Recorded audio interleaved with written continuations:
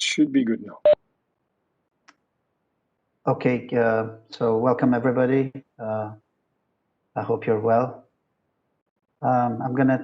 Today, it's our fifth week, yes? Or fourth week, I don't remember. Fifth week.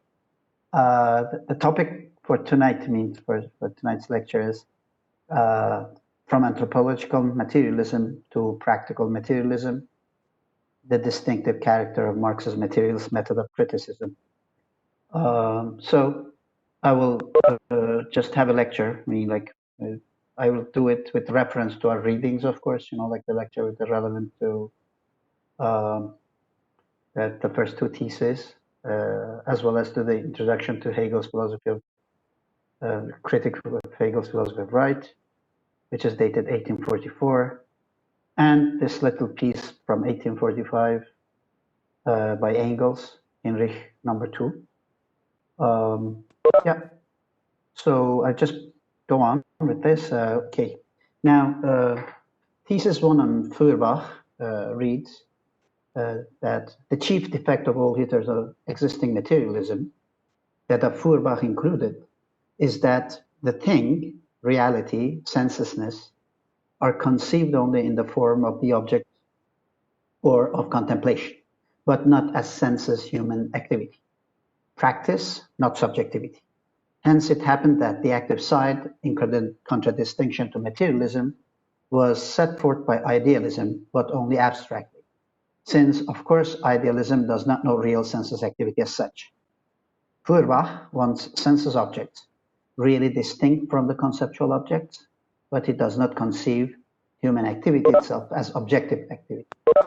Therefore, in the essence of Christianity, it regards the theoretical attitude as the only genuinely human attitude, while practice is conceived and defined only in its dirty Jewish form of appearance.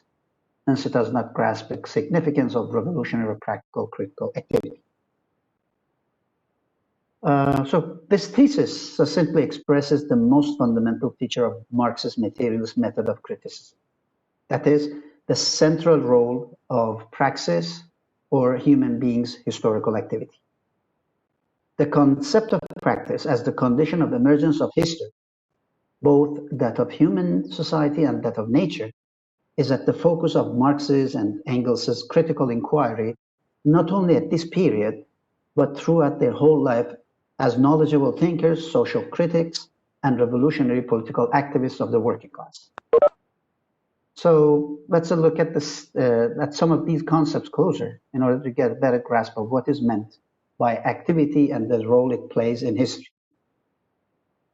In the German ideology, Marx and Engels state that the distinctive feature of human animal, in contradistinction to non-human animals, is neither consciousness nor language or religion. Rather, it is human beings' capability to produce the means of its own subsistence and the means of production of those means. Furthermore, they define the existence of real living human beings as the fundamental premise of history. An idea that, for instance, Engels resonates decades later in the Dialectics of Nature when writing that it is with man that we enter history. Thus, without human existence and its activity, there is no history. This is as much as true concerning the history of society as it is true concerning history of nature, which is the subject matter of natural sciences, because there is only one science, and that is science of history. Marx and Engels writes that one can look at history from two sides and divide it into the history of nature and the history of man. The two sides are, however, inseparable. The history of nature and the history of man are dependent on each other so long as men exist. Thus, even human relationship to nature is bound to its historical action or praxis, to humans' historical action or praxis. Marx and Engels emphasize this aspect of human beings' relation to reality or the objectivity of its thinking, as well as that of natural material reality through and through. Thus, they write in German ideology, this is a quote, Feuerbach does not see how the sensus world around him is not a thing given direct from all eternity, remaining ever the same, but the product of industry and of the state of society. Even the objects of the simplest sensus certainty are only given him through social development, industry, and commercial intercourse. There is no reason to history, thus no determined history except what is determined by human activity, and no reason or tellus but what human put as their aim before themselves. In this regard, Marx and Engels again say that history is nothing but the succession of separate generations, each of which exploits the materials, the capital funds, the productive forces handed down to it by all preceding generations, and thus, on the one hand, continues the traditional activity in completely changed circumstances, and, on the other, modifies the old circumstances with a completely changed activity. That's what they say in terminology. In a similar vein, Engels writes, in this little reading that we had for this week by him, history does nothing. It possesses no immense wealth. It wages no battles. It is man, real living man, who does all that, who possesses and fights. History is not, as it were, a person apart using man as means to achieve its own aims. History is nothing but the activity of man pursuing his aims. So is the case with our systems of beliefs, religions, ideologies, etc. They too are the products of human beings' historical activity. In this regard, Marx and Engels write that morality, religion, metaphysics, all the rest of ideology and their corresponding forms of consciousness have no history, no development, but men developing their material production and their material intercourse alter along with this their real existence, their thinking, and the products of their thinking. Life is not determined by consciousness, but consciousness by life.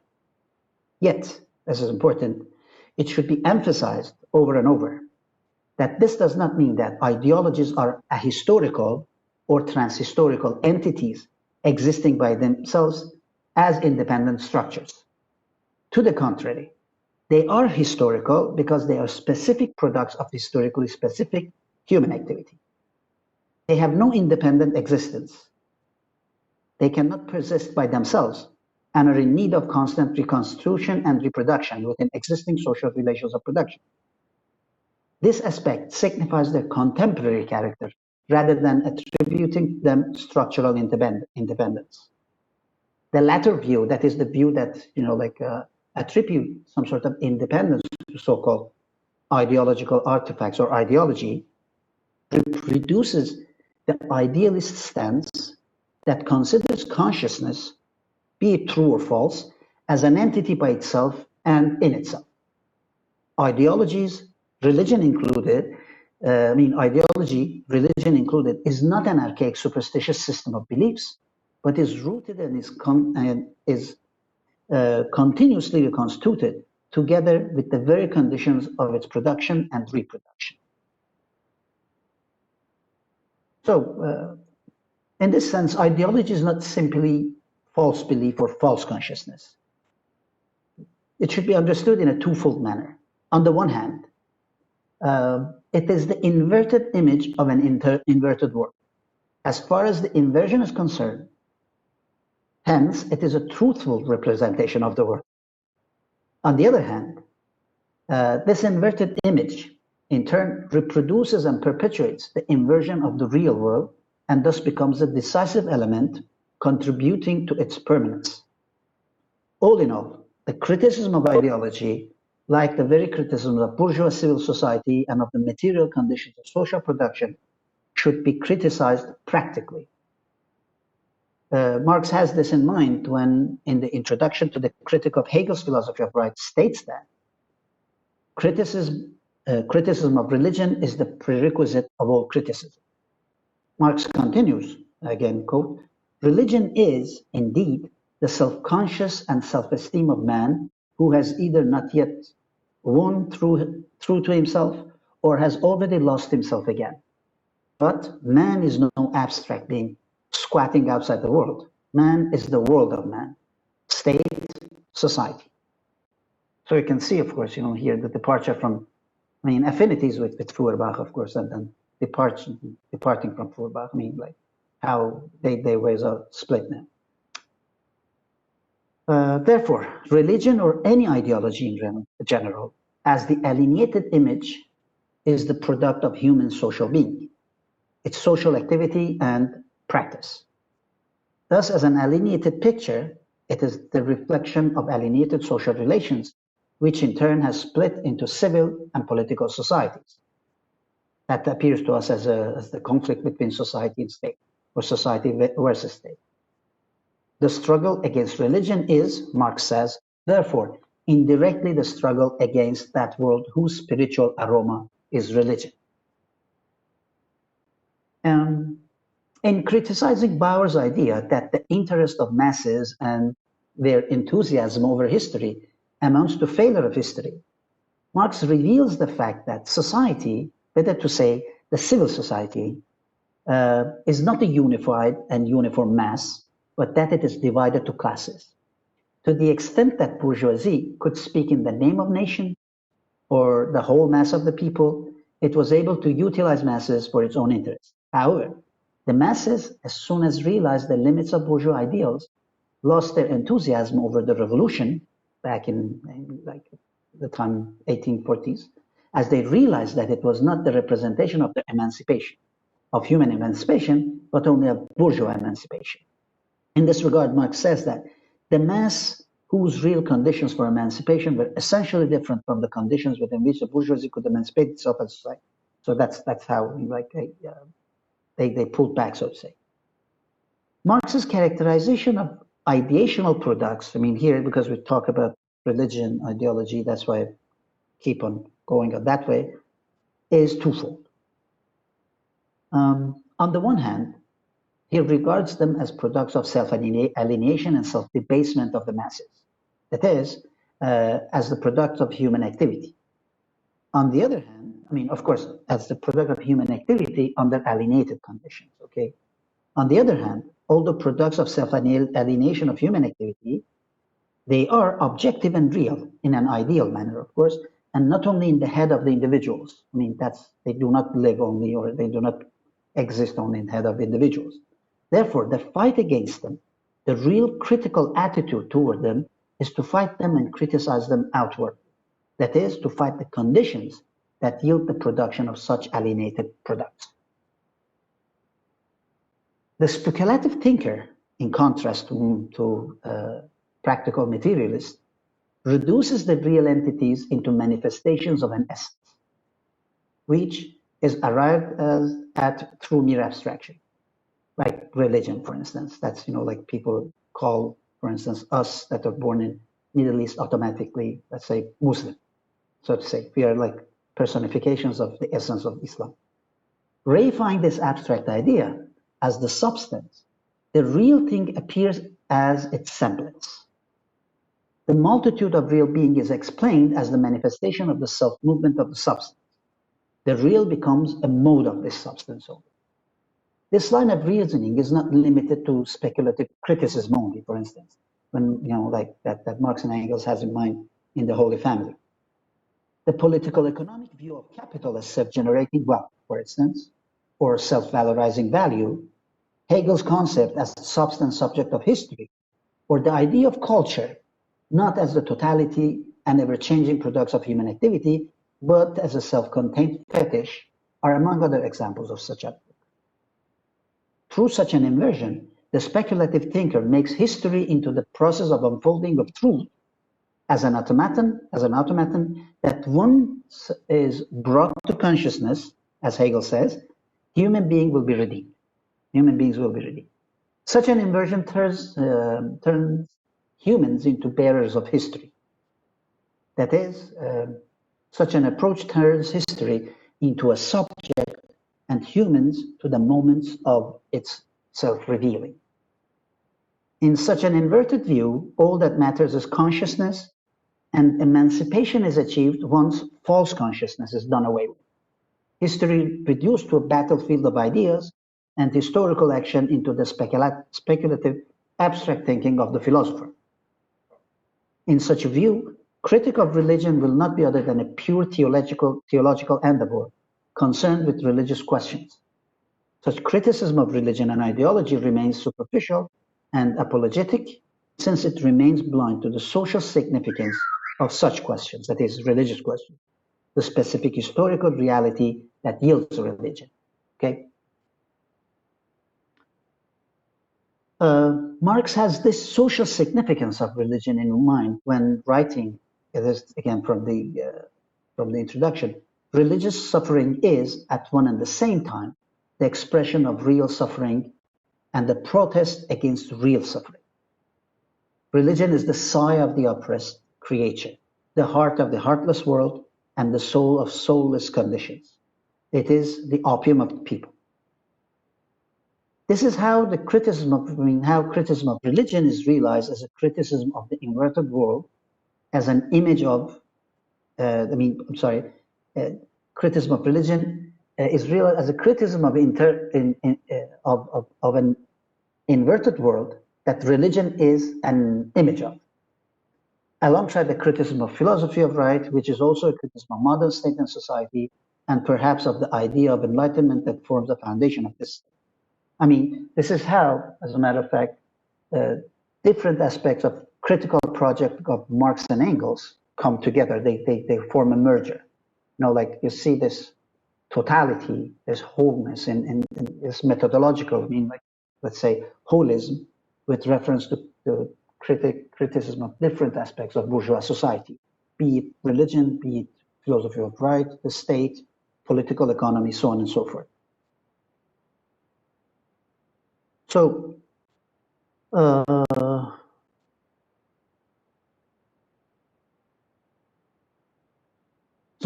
the problem of critical of religion, rather than being a problem of culture or of enlightened masses, or even one of classes in the physical sense of the word, and also the problem of critical philosophy and of modern state, is first and foremost a political problem.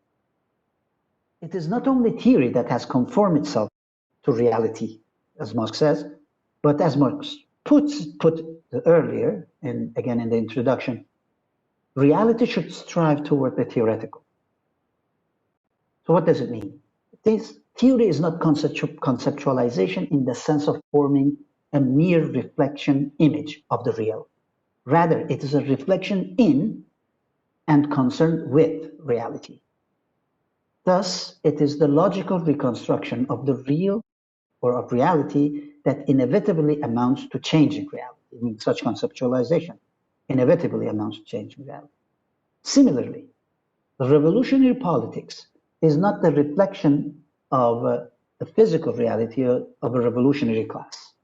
For instance, I mean, not the physical reality of working class, so to say. Rather, it is the reflecting within the revolutionary conditions that emancipates the class and the society in general. Just as reality of the society, or reality of society, should strive to reach up to the point of theory, so the same can be said with regard to revolutionary politics and practice.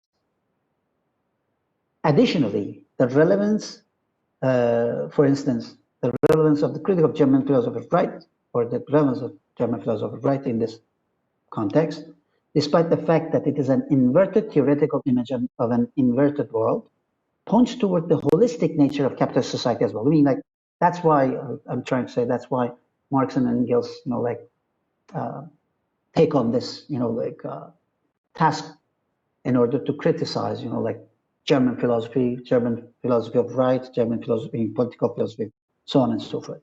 Because it points toward this holistic nature of capitalist society, which is the consequence of the capitalist relations of production. So theory can assume a purely theoretical and conceptual form of existence because under the capitalist mode of production, knowledge and theory is the totality of the accumulated general human knowledge, the limits of which reaches far beyond the linear sum of the knowledge of individual theorists. This holistic general nature emancipates theory from immediate determination of physical conditions, though in an inverted manner. I mean, so one of the things that is subject, as a matter of fact, is subject to criticism here, subject to practical criticism, but at theoretical level, Of course, it is this capability that we have, that the capability, supposedly the historically provided capability of doing pure theory. That's the thing I'm trying to say. In this regard, and in relation to the specific case of German politics, for instance, politics, state, and philosophy of right, Marx states Germany, as the deficiency of political present, constituted a world of its own, will not be able to throw down the specific German limitations without throwing down the general limitation of the political present. So now what I'm arrived at, like at the end, like I think this specifies, like the distinctive feature. What is the distinctive feature, like of Marx's materialism, at least in this context, that like doing away with such ideological, such ideological inversions, or with such ideological inversions, and doing away with something like like religion, so on and so forth. It's only possible through political action. Look, through surpassing the limits, of bourgeois civil society. And this brings us actually to the second thesis. Like, I'm not going to read the second thesis in whole, but yeah, just draw your attention to the fact that like when Marx criticizes the Feuerbach's this lack of understanding, lack of comprehension of this active side, says like consequently Feuerbach fails, as a matter of fact, to see the importance, or to recognize the importance of revolutionary activity, or of revolutionary praxis. So I think like this is what happened. So all in all, just if I want to put it in one sentence with that, like the true the communist or practical materialist criticism, where method of criticism is this method that, of course, points towards this unity of the political, the ideological, the theoretical, and practical.